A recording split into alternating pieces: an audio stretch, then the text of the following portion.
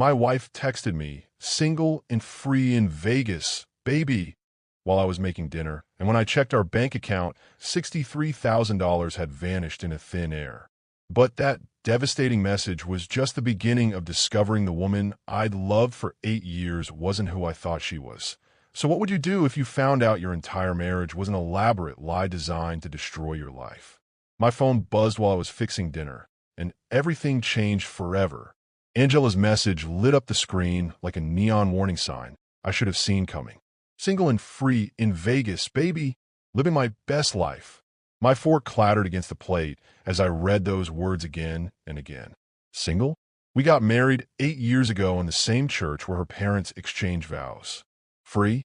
She told me this Vegas trip was just a boring college reunion with her old roommates. Something twisted in my stomach like a cold snake. Angela never talked like this. She never used phrases like living my best life or called anyone baby except our neighbor's golden retriever. My hands shook as I scrolled through our recent messages. Her last text before leaving said she missed me already and couldn't wait to come home to our quiet life in Maple Ridge. Racing to my laptop, I logged into our bank account with fingers that felt like wooden sticks. The page loaded slower than usual, each second stretching like an hour. When the numbers finally appeared, my world tilted sideways. Our savings account showed a balance of $12.37. Yesterday morning, it held $63,000. Every penny we'd saved for our dream house had vanished like smoke. My chest tightened as if someone was squeezing my lungs. This had to be a mistake. Banks made errors all the time. Maybe the website was broken or showing old information. I refreshed the page 5 times, but those devastating numbers stayed the same. $12.37. The amount we'd laughed about keeping for emergency pizza money. Grabbing my phone, I called the bank's customer service line. The automated voice cheerfully asked what I needed help with today, as if my entire future hadn't just disappeared. After wading through classical music that made me want to scream, a real person finally answered. Good evening, Mr. Faulkner. How can I assist you tonight? There's been a huge mistake with my savings account, I said, trying to keep my voice steady. Someone withdrew $63,000, but I never authorized that. The woman typed something into her computer. I see the withdrawal here, sir. It was made this morning at 9:15 using your wife's debit card and PIN number. The transaction shows as authorized. But she's in Vegas. She couldn't have. I stopped talking as the truth hit me like a brick wall. Angela had access to our account. She knew the PIN because we'd always shared everything. Trust was supposed to be the foundation of marriage, but now it felt like quicksand pulling me under. Sir, are you still there? Yes, I'm here. Can you tell me where the withdrawal was made? Las Vegas, Nevada.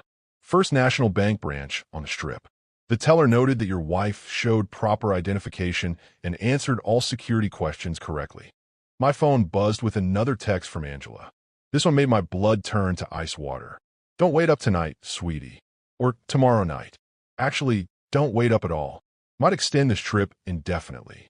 Vegas suits me better than boring old Maple Ridge ever did. The customer service woman was still talking, but her words sounded like they were coming from underwater. Something about filing a dispute and waiting 10 business days for investigation. 10 business days? In 10 days, Angela could spend every cent and disappear forever. Thank you. I whispered and hung up before she could say anything else. Our apartment suddenly felt too small and too quiet. Angela's coffee mug still sat in the sink from Tuesday morning. Her favorite sweater hung over the back of our kitchen chair. Pictures of our last anniversary dinner smiled at me from the refrigerator. Everything looked normal, but nothing would ever be normal again. I walked to our bedroom and opened Angela's closet. Half her clothes were missing, including the suitcases we'd bought for our honeymoon. She'd packed more than just reunion outfits. She packed like someone who wasn't planning to come back. My legs gave out, and I sat hard on our bed. The same bed where she'd kissed me goodbye 3 days ago and promised to bring me back something special from Vegas. The same bed where we talked about buying a house with a big backyard for the kids we wanted to have someday. Pulling out my laptop again, I started looking through our joint credit card statements. Transaction after transaction showed purchases I didn't remember making. expensive dinners at restaurants I'd never heard of, hotel charges for places way fancier than where she said she was staying, shopping sprees at stores that sold jewelry and designer clothes. My hands trembled as I realized how blind I'd been. These charges went back 3 months, right around the time Angela started working late and taking weekend trips to visit her sister Nina. She said Nina was going through a rough divorce and needed support. Now I wondered if Nina even existed or if that was just another lie. The worst part wasn't the missing money. It wasn't even Angela's cruel messages. The worst part was remembering how excited she'd seemed about this Vegas trip, how she'd hugged me extra tight at the airport and said she loved me more than anything, how she promised to call every night but then claimed the hotel's phone service was terrible. Every sweet word had been a lie. Every promise had been part of some twisted plan I never saw coming. My phone buzzed again. This time it wasn't a text message, but a notification from our credit card company. Someone had just charged $8,000 at a Las Vegas jewelry store. Speed dialing Angela's number, I pressed the phone so hard against my ear it hurt. She answered on the 4th ring with a laugh that sounded nothing like the woman I'd married. Background noise told me she was somewhere loud and crowded. Probably a casino filled with people throwing their lives away, just like she was throwing ours away. Well. My sweet husband finally noticed his piggy bank got raided. Her voice carried a mocking tone I'd never heard before. Took you longer than I expected, Michael. I always said you weren't the sharpest tool in the shed. Angela, what's happening? Where's our money? I just saw you spent $8,000 on jewelry. That was supposed to be for our house down payment. She laughed again, and this time it sounded cruel and cold. Our house. Our money? Listen carefully, sweetheart, because I'm only going to explain this once. That money was mine too, and I decided to invest it in my future. My real future, not the boring suburban nightmare you had planned for us. But we agreed on everything together. We picked out neighborhoods and talked about paint colors and you picked out neighborhoods while I nodded and smiled like a good little wife. You talked about paint colors while I died inside from boredom. Did you really think I wanted to spend my whole life watching you fix leaky faucets and mow grass? My heart hammered against my ribs. This couldn't be the same woman who'd cried happy tears when I proposed. Angela, please come home. We could talk about this. Whatever's wrong, we can fix it together. There's nothing to fix because nothing was ever broken on my end.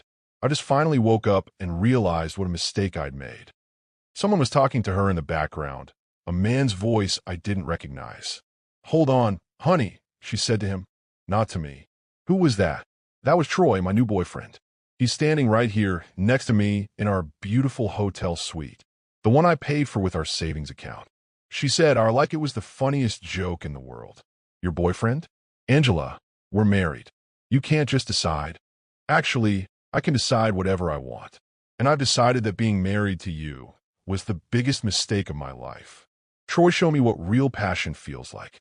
He's successful and exciting and everything you could never be. The room started spinning around me. How long has this been going on? Does it matter? The important thing is that I'm finally free from that prison you called a marriage. No more pretending to care about your boring job, or your boring friends, or your boring dreams. But you said you loved our life together. Just last week you said, I said whatever would keep you happy and unsuspicious while I figured out my exit strategy. Did you really believe all that nonsense about wanting to plant a garden and host dinner parties? I was counting down the days until I could escape. My knees buckled, and I grabbed the kitchen counter to stay upright. What about the house we were saving for? What about starting a family? What about it? I never wanted kids with you, Michael. I never wanted a house in some sleepy suburb where everyone knows everyone else's business. I want adventure and excitement and a man who can actually provide those things. I tried to give you everything you wanted. I worked overtime to save money for us. I planned romantic dinners and surprise weekend trips. Your idea of romance was takeout Chinese food and rented movies. Your idea of adventure was driving 2 hours to visit your parents. I needed more than you could ever give me. So you stole our entire savings account? I took what I needed to start my new life. Troy and I are flying to Mexico tomorrow. And then who knows? Maybe Europe or Asia. Somewhere far away from Maple Ridge and far away from you. Angela, this is insane. You can't just run away from your problems. Running away from us. I'm not running away from problems. I'm running toward solutions. Troy understands me in ways you never did. He sees my potential instead of trying to turn me into some boring housewife. I never tried to turn you into anything. I loved you exactly as you were. No, you loved the fake version of me that I showed you. The real me was always planning this escape. Every smile, every kiss, every time I said I loved you, it was all part of the performance. Her words hit me like physical blows. You're telling me our entire marriage was fake? Not fake, exactly. More like practice. I was practicing being the kind of wife I thought I should be while figuring out who I really wanted to become. And I finally figured it out 3 months ago when I met Troy at Nina's birthday party. Nina's birthday party? You said you were at a work conference that weekend. I say lots of things, Michael. The difference is that you believe everything because you're too trusting for your own good. Nina helped me realize how unhappy I really was. She helped me plan this whole thing. Your sister helped you steal our money? My sister helped me claim my freedom. We've been planning this for months. The Vegas reunion story, the fake work conferences, even those late nights when I said I was helping Nina with her divorce. We were actually meeting with Troy and planning my new life. But the credit card charges, the expensive restaurants, the hotel bills, all part of my transition period. I needed to test the waters before making the final jump. Troy wanted to make sure I was serious about leaving you behind. This is all some kind of test. It was a test, and I passed with flying colors. Tomorrow morning, I'm filing divorce papers. My lawyer says I can claim emotional abuse and financial control. Apparently, judges are very sympathetic to women who've been trapped in controlling marriages. Controlling? I never controlled anything about you. That's not how my lawyer sees it. He says any husband who monitors joint bank accounts and asks questions about spending is showing classic controlling behavior. The fact that you called the bank today just proves his point. I called because $63,000 disappeared, and that's exactly the kind of possessive reaction that proves I was right to leave. A supportive husband would trust his wife's financial decisions. Angela, please, just come home and we can work this out. I'll do whatever it takes. There's nothing to work out. By the time you get this month's credit card statement, Troy and I will be on a beach somewhere warm and beautiful. Somewhere you'll never find us. The line went dead, leaving me alone with the horrible echo of her words. Braddock slid a thick folder across his desk and changed everything I thought I knew about my wife's betrayal. The private investigator's office smelled like coffee and old papers, nothing like the fancy detective agencies you see in movies. His weathered face told me he'd seen plenty of cheating spouses, but even he looked surprised by what he'd uncovered about Angela. Your wife didn't plan this Vegas trip last month, Mr. Faulkner. She's been planning it since January. He opened the folder and showed me printed emails between Angela and her sister Nina. Look at this message from 3 months ago. My eyes scanned the screen printout. Angela had written, Phase 1 is working perfectly. Michael suspects nothing about the extra spending. Troy says we need to move faster before he catches on to the credit card charges. Phase 1. My voice cracked like a teenager's. Braddock nodded grimly. There were 3 phases to their plan. Phase 1 was testing how much money they could steal without you noticing. Phase 2 was building a fake story about the college reunion. Phase 3 was the complete disappearance with all your savings. You show me more evidence that made my stomach churn. Bank security camera footage of Angela withdrawing large amounts of cash over the past 2 months. Photos of her meeting with Nina at expensive restaurants while I thought she was working late. Credit card receipts for hotel rooms in our own city. Places she'd gone with Troy while telling me she was visiting friends. But here's the really bad news, Braddock continued, pulling out a different set of papers. Your wife and her sister have been forging your signature on loan applications. You're now responsible for $80,000 in debt you never knew existed. The room started spinning like a carnival ride. 80,000? That's impossible. I never signed anything. Look at these loan documents from Pinnacle Financial Group. That's your signature, but the handwriting analysis shows it's a forgery. Angela's been practicing copying your signature for months. He handed me a notebook filled with pages of my name written over and over again. We found this hidden in your house yesterday, when you gave me permission to search. My hand shook as I flipped through page after page of my forged signature. Some attempts looked clumsy and obvious, but the later ones were perfect copies. Angela had spent hours perfecting this crime while I slept in the next room. How did you find all this? Your wife made one crucial mistake. She kept everything on her laptop, thinking she deleted it all before leaving. But computer files are like ghosts. They never really disappear. Braddock showed me printed screenshots of Angela's search history. She researched how to forge signatures, how to open secret bank accounts, and how to disappear without leaving a trail. Secret bank accounts? 3 of them. All in her name only, funded by the forged loans and cash withdrawals from your joint account. The total amount stolen is closer to $140,000, not just the 63 you noticed missing. My chest felt like someone was standing on it. Where is all that money now? Gone. Transferred to offshore accounts that we can't trace. Your wife and Troy have been living like royalty for months while you worked overtime to save for a house that was never going to happen. Braddock pulled out a stack of photographs that made everything worse.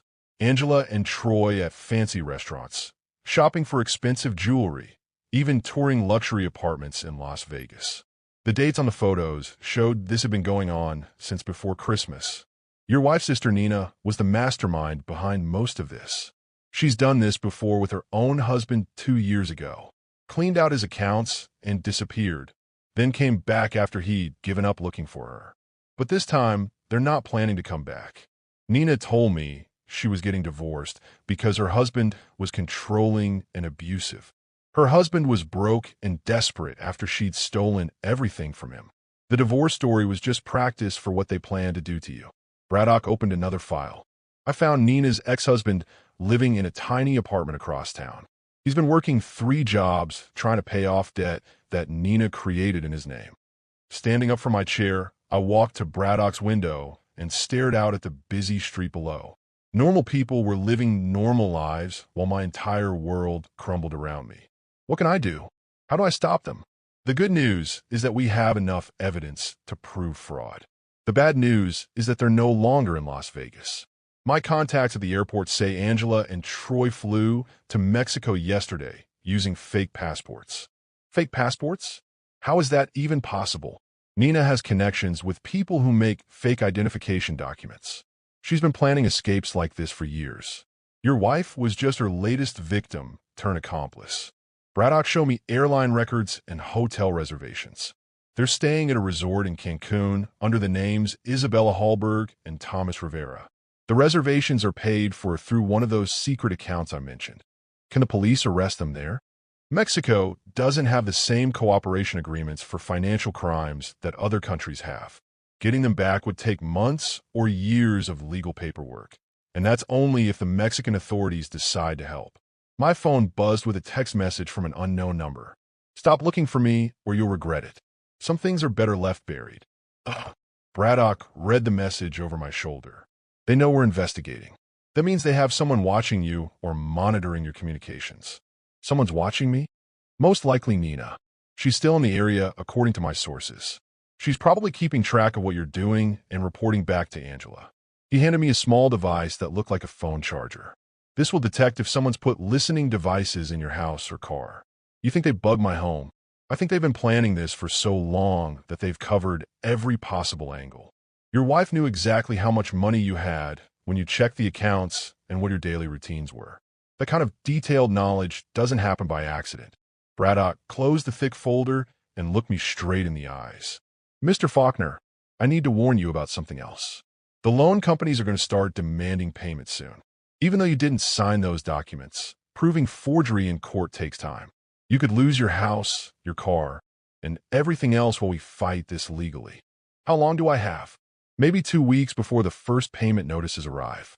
After that, the collection calls start, and then the legal threats begin.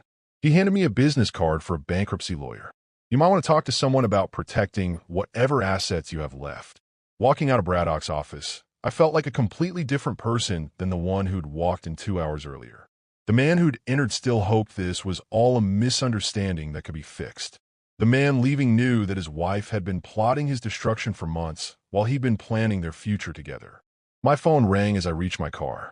The caller ID showed my bank's number. Attorney Wilson's conference room felt colder than a freezer as she delivered news that shattered what little hope I had left. Her law office sat on the 20th floor of downtown's tallest building, but I felt like I was falling into a bottomless pit instead of sitting high above the city. Mr. Faulkner, your wife's legal strategy is more sophisticated than most criminal organizations I've dealt with. She's filed for divorce, claiming you were emotionally abusive and financially controlling. Wilson spread legal documents across the polished table like she was dealing cards in a deadly game. But that's completely false. I never controlled her money or her choices about anything. Truth and legal strategy are two different things. Angela's lawyer has painted a picture of a controlling husband who monitored every penny and demanded explanations for normal purchases. The fact that you called the bank when money went missing actually supports their narrative. My head pounded as I tried to understand how caring about our stolen savings could be twisted into abuse. What does this mean for getting our money back? It means the burden of proof has shifted. Instead of Angela having to explain why she took the money, you now have to prove you weren't controlling her access to funds that were legally hers too. Wilson pulled out another stack of papers. These forged loan documents make everything much worse. But we proved those signatures were fake. Proving forgery and proving who did the forging are completely different challenges. Angela's lawyer will argue that you could have forged those signatures yourself to create more debt and blame her for it. The room started tilting sideways. Why would I forge loans to hurt myself? To make her look guilty of stealing more money than she actually took. To gain sympathy in divorce court. To avoid paying alimony by claiming you're broke. Wilson's voice stayed professional, but her eyes showed sympathy. I know it sounds insane, but I've seen similar strategies work before. How is any of this legal? The family court system is designed to protect victims of domestic abuse, which usually means protecting women from controlling men. Angela's lawyer is using that protection system against you. She handed me a court summons. You're being sued for divorce, and Angela is demanding half of everything you own plus spousal support. Spousal support? She's the one who stole our money. According to her legal filing, she's a victim who escaped an abusive marriage with only the clothes on her back. She's claiming the money she took was emergency funds needed to protect herself from your controlling behavior. Standing up from the conference table, I walked to the window and stared down at traffic crawling through downtown streets. People in those cars were worried about normal things like being late for work or what to cook for dinner. None of them were facing legal bills that would destroy their future. What about the evidence Braddock found? The emails, the forged signatures, the fake passports. That evidence helps our case, but it's not enough to override the domestic abuse claims. Family court judges err on the side of protecting the woman, especially when she's claiming financial abuse. Wilson opened another file. Plus, we have a new problem. Angela isn't in Mexico anymore. Where is she? Our investigators tracked her to Costa Rica yesterday, but by the time authorities arrived at her hotel, she'd already left. She's moving every few days, probably trying to stay ahead of any legal action. My phone buzzed with a text from another unknown number. The more you chase me, the worse this gets for you. Drop the investigation or face the consequences. Wilson read the message and frowned. She's still monitoring your communications somehow. Either your phone is compromised or someone close to you is feeding her information. Braddock thinks Nina is still watching me. That's very likely. Nina's probably reporting your every move while also working on covering their tracks. Wilson pulled out a different set of documents. Speaking of Nina, we found something interesting about her background. She's not actually Angela's sister. What do you mean? Nina Colmere and Angela Faulkner share no biological connection. They met in a support group for women leaving difficult marriages. Nina essentially recruited Angela into this scheme by convincing her that you were the problem in your relationship. The betrayal cut deeper than I thought possible. Angela talked about Nina like family. She said they'd been close since childhood. All lies designed to make you trust Nina and give Angela cover for her suspicious behavior. Every time Angela claimed she was helping Nina through her divorce, she was actually learning how to destroy your marriage and steal your money. How long has Nina been running these schemes? Based on court records, Nina has been involved in at least 4 similar cases over the past 6 years. She finds unhappy wives, convinces them their husbands are abusive, then helps them steal everything before disappearing. Wilson showed me newspaper articles about Nina's previous victims. 2 men committed suicide after losing everything. One had a heart attack from stress. My hands started trembling as I realized how close I'd come to being another casualty of Nina's manipulation. Why hasn't anyone stopped her? Because she's very good at covering her tracks and choosing victims who won't be believed. Men reporting financial abuse by their wives don't get much sympathy from police or courts. What happens next? The loan companies will start demanding payment within days. Your credit is already destroyed, so getting new loans to pay the old ones isn't possible. You'll probably have to declare bankruptcy, which means losing your house, your car, and anything else of value. Even though I'm the victim here, being a victim and being legally protected are 2 different things. The system isn't designed to handle cases where women are the financial predators. Wilson closed her files and looked at me seriously. Mr. Faulkner, I need to be completely honest with you. Fighting this case could cost more money than you'll ever recover, even if we win. So Angela and Nina just get away with everything? Not necessarily. There's one avenue we haven't explored yet. Wilson pulled out a business card for the FBI's Financial Crimes Division. If we can prove this is part of a larger pattern of fraud involving multiple victims across state lines, federal authorities might take over the case. Would that help me get my money back? It would help ensure that Angela and Nina face real consequences for their crimes. As for your money, most of it is probably gone forever. She paused before delivering the final blow. Mr. Faulkner, there's something else. Braddock called an hour ago with urgent news. What now? Angela isn't just moving around Central America randomly. She's heading toward a country with no extradition treaty with the United States. If she reaches her final destination, we'll never be able to touch her legally. Which country? Based on her travel pattern and the airline tickets Braddock traced, she's probably heading for Belarus or North Korea, countries where criminals can buy protection from prosecution. My phone rang, and the caller ID showed Braddock's number. Wilson gestured for me to answer. Faulkner, we've got a big problem. Braddock's voice crackled through the speaker. Nina just bought a plane ticket to join Angela overseas. She's leaving tonight, and once she's gone, all our evidence goes with her. Racing through the airport parking garage, Braddock and I spotted Nina wheeling her suitcase toward the departure terminal like she didn't have care in the world. Federal agents had given us exactly 1 hour to intercept her before she boarded a flight that would put her beyond American law forever. What we discovered in that hour changed everything I thought I knew about my wife's identity. There she is, Braddock whispered, pointing toward the woman I'd known as Angela's beloved sister. Nina looked completely different than usual. Expensive clothes, professional makeup, and in confidence that seemed out of place for someone supposedly fleeing the country. Special Agent Hallberg from the FBI Financial Crimes Unit stepped out from behind a concrete pillar. Ms. Coldmere, I need you to come with me for questioning regarding interstate financial fraud. Nina's face went white as snow. I don't know what you're talking about. I'm just taking a vacation to visit family overseas. Your family in Belarus? The same Belarus where your partner Angela Wells is currently hiding. Hallberg showed Nina a tablet with surveillance photos. We've been tracking both of your movements for the past week. Angela Wells? My sister's name is Angela Faulkner.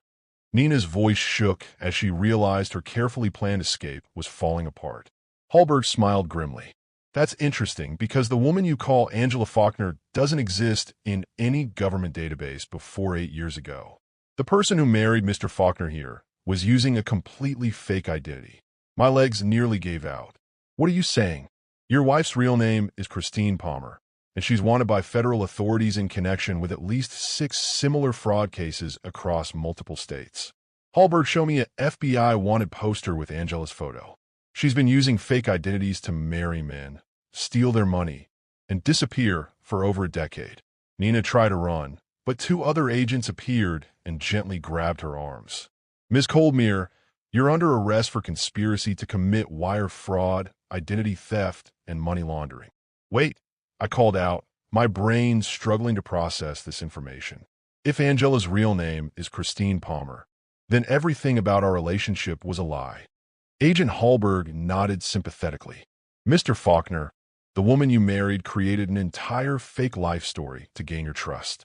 She spent months studying your background, your interests, and your financial situation before engineering a meeting that would seem like coincidence. But we met at a coffee shop near my work. She was reading the same book I loved. She was reading that book because she'd researched your social media posts and knew you'd mentioned it as your favorite. The coffee shop meeting was planned after she'd observed your daily routine for weeks. Braddock pulled out his phone and showed me photos he'd taken during his investigation. Look at these pictures from the security cameras around your office building. Christine had been watching you for almost 2 months before your first conversation. The photos showed Angela, or Christine, sitting in cars across from my workplace, following me to lunch, even shopping at the grocery store where I bought food. She'd been stalking me like a predator studying prey. Why me? My voice came out as barely a whisper. Because you fit her victim profile perfectly, Hallberg explained. Single man with a stable job, savings account, good credit, and a trusting personality. She targets men who believe in love and marriage, men who won't question small inconsistencies in her story. Nina finally started talking, probably hoping for a better deal with prosecutors. Christine has a whole system for finding marks. She studies divorce records to find recently divorced men, then spends weeks learning everything about their interests and backgrounds. How many other men has she done this to? I helped her with 4 others before you. Each time, she'd create a new identity, build a fake relationship, and then disappear with everything valuable. Nina's voice carried no remorse, just the matter-of-fact tone of someone describing a business operation. Agent Hallberg opened a thick file folder. Robert Bradwell in Portland lost $60,000. James Murphy in Denver lost $45,000. David Milburn in Phoenix lost $70,000. All of them thought they were married to wonderful women who loved them deeply. What happened to those men? One had a nervous breakdown and spent 6 months in a mental hospital. Another moved back in with his parents and declared bankruptcy. The third started drinking heavily and lost his job. Hallberg's expression grew serious. Mr. Faulkner, you're actually lucky we caught this when we did. Christine's pattern is to escalate the financial damage over time. Escalate how? Braddock pulled out more documents from his investigation. We found Christine's computer files from before she married you. She was planning to fake a pregnancy, claim she needed expensive medical treatments, and drain your credit cards before disappearing. She was going to fake being pregnant. It's a common tactic for long-term financial fraud. Create an emotional situation that makes the victim want to spend money to help, then use that emotional manipulation to access credit cards, retirement accounts, and other assets. Nina spoke up again, still trying to bargain with the authorities. Christine always said the pregnancy scam was her favorite because men become so protective and trusting when they think they're going to be fathers. My stomach twisted with disgust and relief.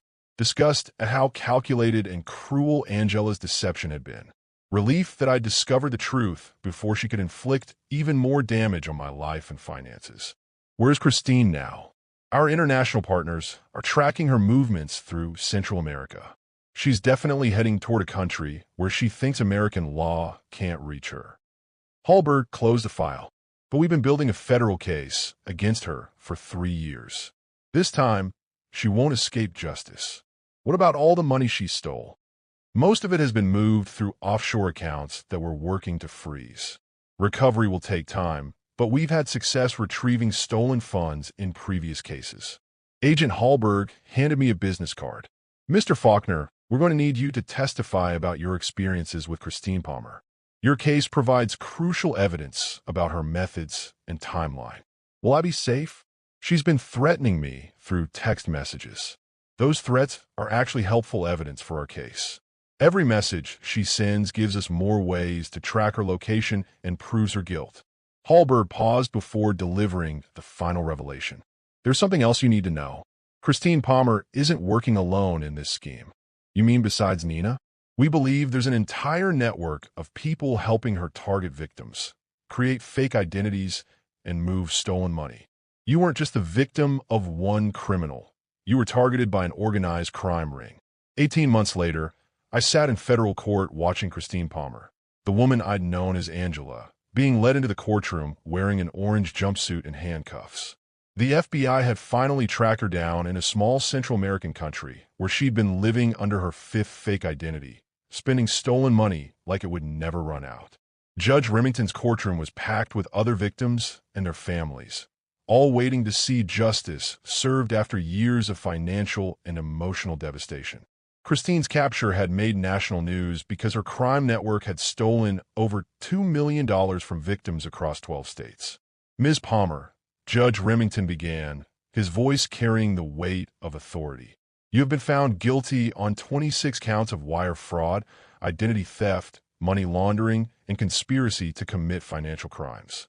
Before I announce your sentence, do you have anything to say to your victims? Christine stood up slowly, and for the first time since I'd known her, she looked genuinely scared. The confident, manipulative woman who destroyed so many lives was finally facing consequences she couldn't charm or lie her way out of. Your Honor, I know what I did was wrong, but I was desperate. I grew up poor and just wanted a better life. Her voice carried none of the warmth I remembered from our marriage. I never meant to hurt anyone permanently. Judge Remington's expression remained stern. Ms. Palmer, the evidence shows you spent years planning and executing sophisticated fraud schemes. This wasn't desperation. This was calculated criminal enterprise designed to destroy innocent people's lives. Agent Hallberg had told me Christine's real background during the investigation. She hadn't grown up poor. Her family owned successful businesses in 3 states. She'd started stealing in college because she enjoyed the thrill of manipulating people, not because she needed money. Michael Faulkner, would you like to address the court? Judge Remington asked. Standing up on shaky legs, I walked to the witness stand where I'd testified about Christine's deception during the trial. Your Honor, this woman didn't just steal my money. She stole my ability to trust other people, my dreams of having family, and my belief that love and marriage could be real and honest. Looking directly at Christine, I continued. For 8 years, I thought I was married to someone who loved me. Every anniversary, every birthday, every quiet evening at home was built on lies. She studied me like a science experiment to figure out how to best manipulate and rob me. Christine's lawyer had tried to argue that she suffered from mental illness that made her unable to control her criminal behavior.